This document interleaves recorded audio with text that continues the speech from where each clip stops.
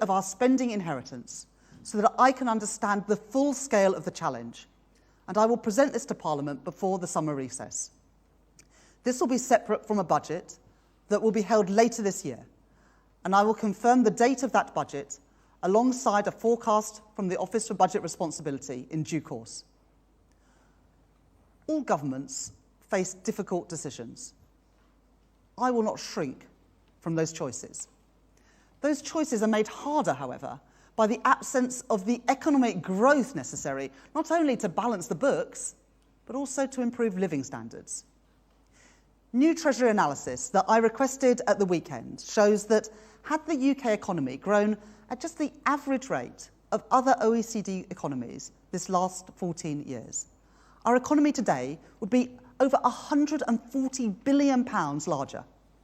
This could have brought in an additional £58 billion in tax revenues in the last year alone.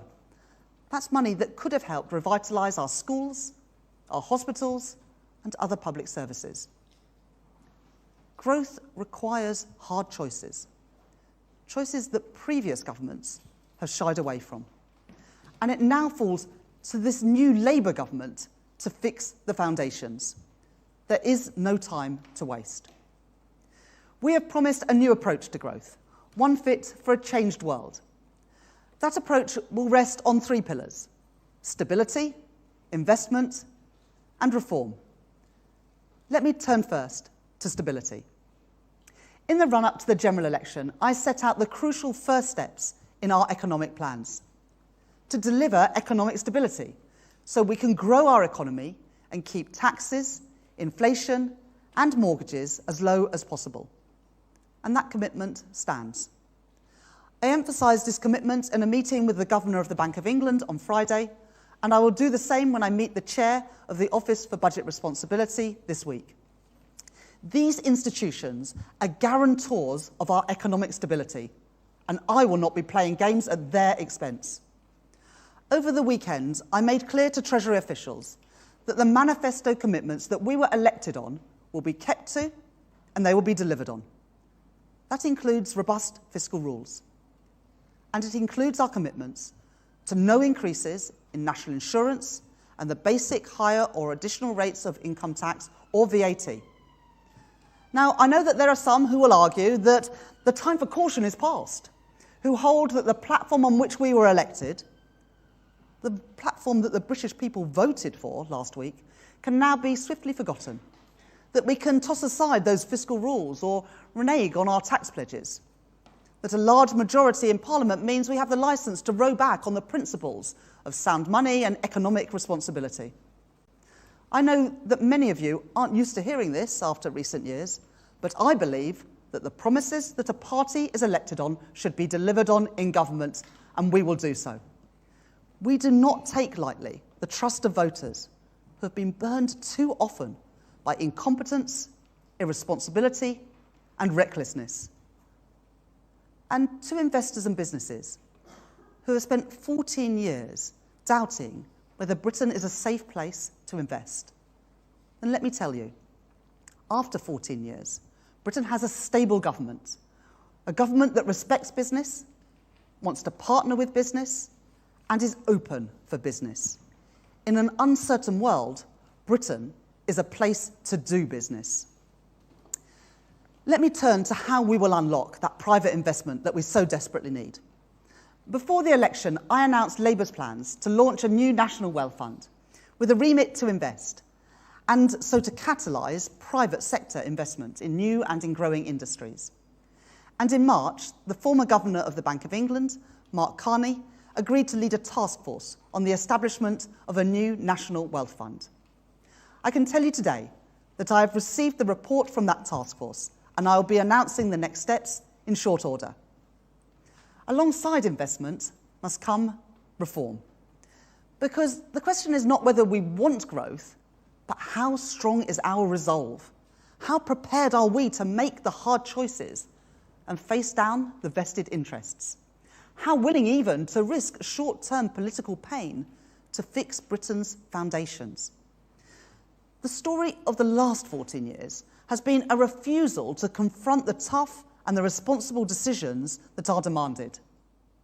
This government will be different. And there is no time to waste. Nowhere is decisive reform needed more urgently than in the case of our planning system. Planning reform has become a byword for political timidity in the face of vested interests and a graveyard of economic ambition. Our antiquated planning system leaves too many important projects tied up for years and years in red tape before shovels even get in the ground. We promised to put planning reform at the centre of our political argument, and we did. We said we would grasp the nettle of planning reform, and we are doing so. Today, I can tell you that that work is underway. Over the weekend, I met with the Prime Minister and the Deputy Prime Minister to agree the urgent action needed to fix our planning system. Today, alongside the Deputy Prime Minister, I am taking immediate action to deliver this Labour government's mission to kickstart economic growth and to take the urgent steps necessary to build the infrastructure that we need, including 1.5 million homes in the next 5 years. The system needs a new signal.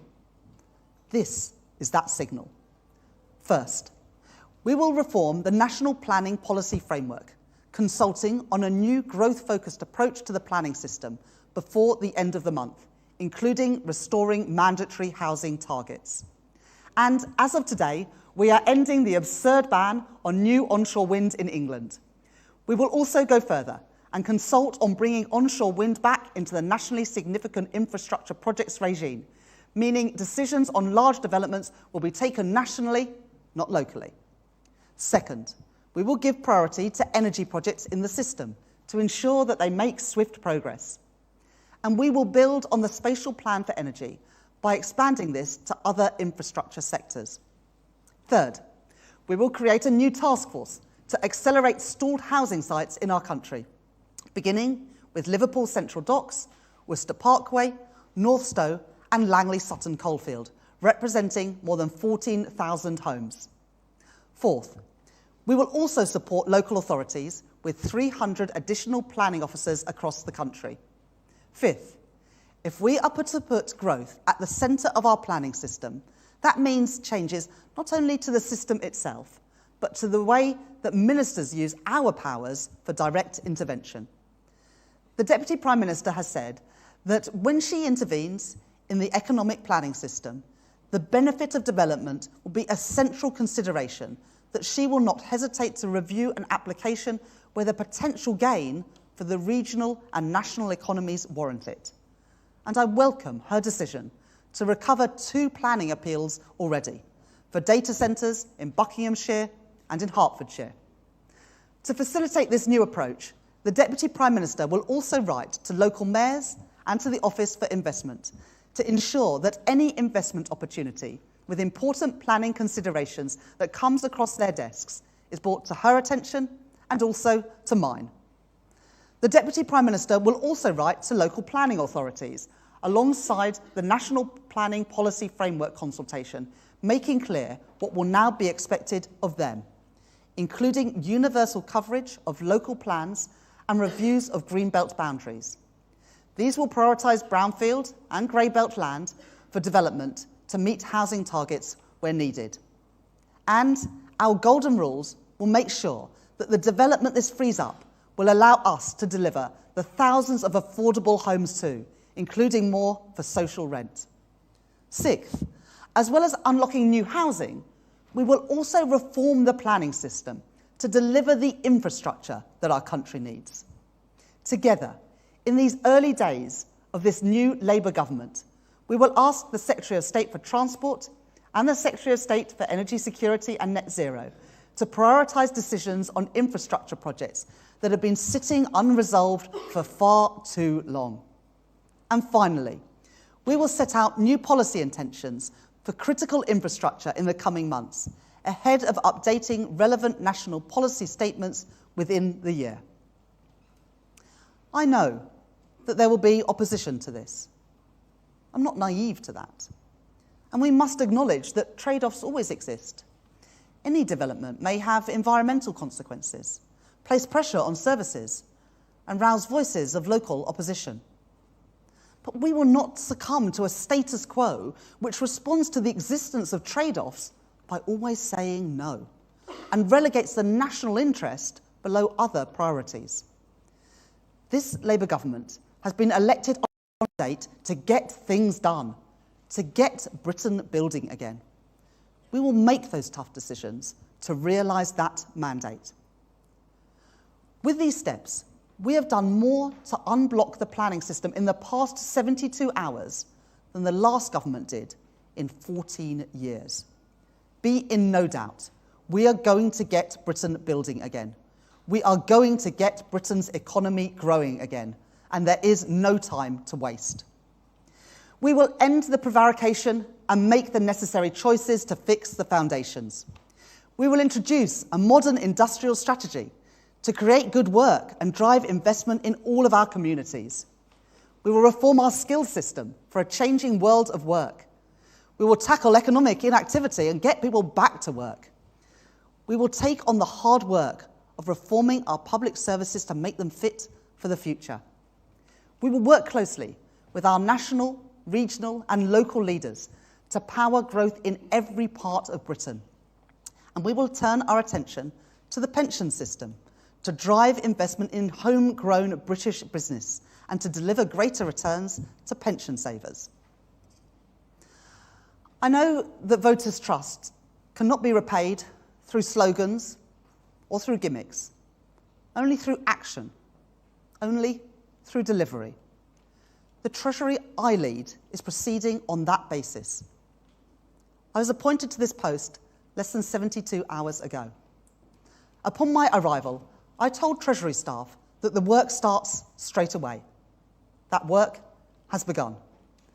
I have commissioned and received economic analysis from Treasury officials on the lost growth of the last 14 years, which I have set out today. I have instructed Treasury officials to prepare an assessment of the state of our spending inheritance to be presented to Parliament before the summer recess. I have started work with the Prime Minister to make the necessary preparations for the establishment of a growth mission board, and that board will meet before the end of this month, focused squarely on reviving our country's economic growth and prosperity. I have established a new growth delivery unit here at the heart of the Treasury.